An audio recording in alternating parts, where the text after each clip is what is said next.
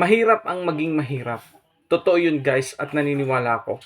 Kasi kahit gustuhin natin na kumain tayo ng masusustansyang pagkain, gusto natin magkaroon tayo ng healthy lifestyle, yung mga kinakain natin, gulay, prutas, hindi natin magawa. Bakit? Kasi mahal eh. Wala tayong budget. Tayong mahihirap.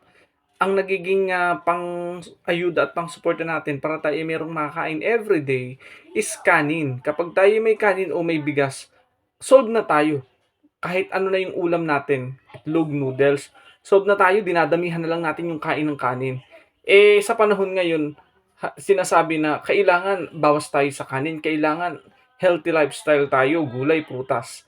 Paano natin magagawa yun kung ang kaya lang natin is bumili ng kanin at kahit tuyo, ulam, noodles, yun lang yung kaya natin. Paano tayo kakain ng everyday, every meal, kailangan gulay, prutas, mahal nga, hindi natin kaya. Kaya talagang mahirap ang maging mahirap. Kahit gusto mo na maging healthy, hindi natin magawa. Sabi nga, health is wealth, pero mahirap sa mga kagaya nating mahirap.